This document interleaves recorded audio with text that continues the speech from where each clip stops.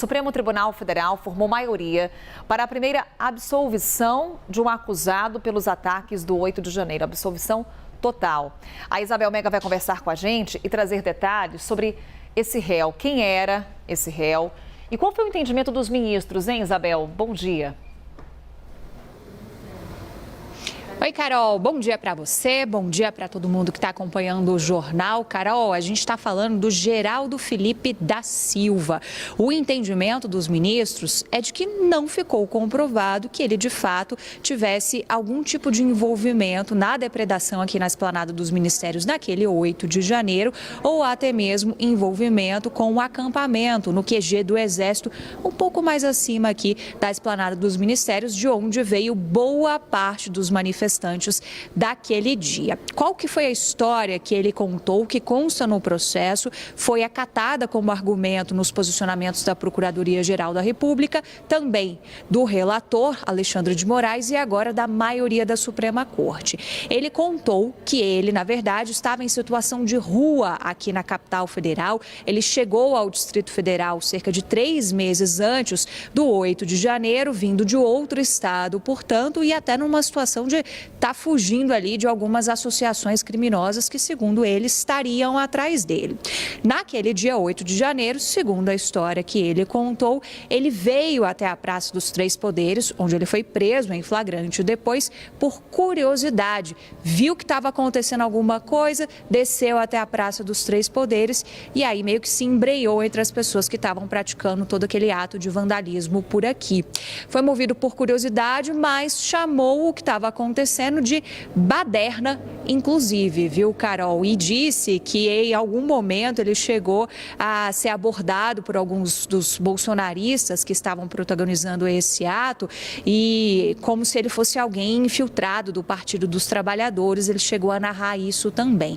Então é essa história que ele contou que foi acatada, portanto, em um primeiro momento pela Procuradoria-Geral da República no posicionamento de que não houve provas, de que não há dolo e depois, agora, a intenção dos outros ministros, o posicionamento dos outros ministros seguiu, portanto, na mesma direção. Por enquanto, quem votou foi, além do relator, o primeiro, o ministro Alexandre de Moraes já tinha votado na semana passada, mas que acompanharam esse voto, Cristiano Zanin, Flávio Dino, Carmen Lúcia, Dias Toffoli e Luiz Roberto Barroso. Nessa mesma leva de julgamentos, também os ministros formaram maioria para a condenação de mais 14 réus. É preciso finalizar esse julgamento no Supremo Tribunal Federal, ocorre no plenário virtual, para que depois a gente possa atualizar a contabilidade dos réus do 8 de janeiro. Até aqui, que já tiveram o julgamento finalizado e foram, portanto, condenados, são 116 pessoas. Carol.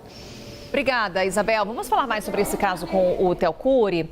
Theo, vamos falar mais sobre esse réu agora absolvido, o Geraldo Felipe da Silva, porque ele ficou 11 meses preso e ele conseguiu liberdade provisória em novembro do ano passado. A Procuradoria-Geral da República já tinha um entendimento de que ele deveria ser absolvido por falta de provas. É um caso que chama muita atenção. Ele ficou 11 meses preso, um tempo que ele não vai ter de volta, por uma falha no começo desse processo. Por quê? Porque ele foi preso em flagrante e, em casos como esse, de prisão em flagrante, é aquele depoimento, aquela audiência da prisão em flagrante que vai guiar a prisão da pessoa. Ou seja, ele foi preso na Esplanada dos Ministérios, num momento em que ele estava cercado por bolsonaristas, golpistas, que estavam ali protestando contra a vitória de Luiz Inácio Lula da Silva, repudiando a derrota de Jair Bolsonaro e clamando por uma mudança forçada no regime democrático brasileiro. Ele ia apanhar desse grupo de pessoas apontado como sendo um infiltrado petista. Ele era um morador em situação de rua que deixou um Estado alegando inicialmente que fugiu por conta de ameaças de uma facção criminosa.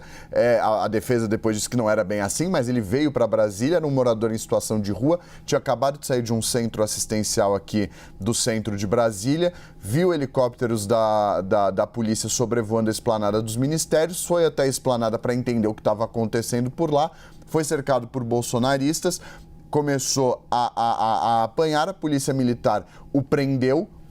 Veja só a situação. O homem que estava apanhando foi preso. Depois ele, inclusive, agradeceu à polícia porque foi o que salvou ele. Na prisão, então, ele foi colocado na prisão e passou 11 meses. No meio do caminho, a Procuradoria-Geral da República o denunciou por associação criminosa armada, por tentativa de abolição violenta do Estado Democrático de Direito. Essa denúncia foi apresentada. Os ministros do Supremo, por maioria, aceitaram a denúncia. Ele continuou preso, ficou preso por 11 meses. Nas alegações finais, a Procuradoria-Geral da República disse: olha, não tem nenhuma prova que incrimine ele. Não há nenhum elemento nessa investigação até agora, em todo esse período, que mostra a participação dele em uma tentativa de golpe de Estado, em uma tentativa de abolição violenta do Estado Democrático de Direito, ou de que ele pertencia a um grupo que se associou para cometer esses crimes no dia 8 de janeiro. Então, é muito chocante essa decisão, porque ela chega, mas muito tardiamente, é um tempo que não vai voltar para ele. Então, essa é a primeira absolvição do Supremo Tribunal Federal com relação a um suspeito ou suposto envolvido nos atos criminosos do 8 de janeiro, mas não é de se comemorar porque é uma pessoa que passou 11 meses presa sem ter nenhum tipo de prova contra ela. Inclusive, quem testemunhou a favor dele foram as testemunhas de acusação, foram os policiais que o prenderam, que confirmaram o depoimento e o que ele sustentava à justiça. Eu conversei com uma fonte ontem que acompanha essa investigação desde o começo e diz, ela faz uma meia-culpa admitindo que foi um erro desse processo, na condução desse processo em diferentes etapas, desde o momento em que foi lavrada a prisão dele, a prisão em flagrante, e foi o que guiou e manteve ele preso ao longo de todo esse tempo. A Procuradoria-Geral da República que o denunciou, porque tem no juridiquês, Carol, e quem acompanha a gente, é importante falar isso, um termo chamado indúbio pro societate. Ou seja, no caso da dúvida, o acusador denuncia para que não haja um prejuízo para a sociedade. Foi o que aconteceu, a PGR o denunciou. E no meio do processo, isso acontece nas alegações finais, há o indúbio pro réu. No caso da dúvida, não havendo nenhum tipo de prova, o réu é absolvido. Foi o que aconteceu nesse caso. Então, é um caso gritante que não poderia ter acontecido, uma pessoa que não tinha provas contra ela e foi mantida presa por 11 meses no complexo da Papuda, aqui em Brasília, em situações que a gente conhece do sistema penitenciário brasileiro, das prisões brasileiras. É algo que acontece todos os dias no país, mas que fica evidenciado em um caso como esse, em que o Supremo Tribunal Federal está julgando casos aos montes. Obviamente, é o primeiro erro, a primeira falha grave nessa investigação, nesse julgamento do 8 de janeiro. Podem vir outros casos? Podem vir outros casos, mas o que acontece é que agora o Supremo Tribunal Federal formou maioria alegando o seguinte: não há provas para condenar esse homem que por 11 meses esteve preso em 2023. Fica claro, portanto, nessa análise do Theo Cury, toda a repercussão por conta da prisão desse homem. 11 meses preso e agora absolvido por falta de provas.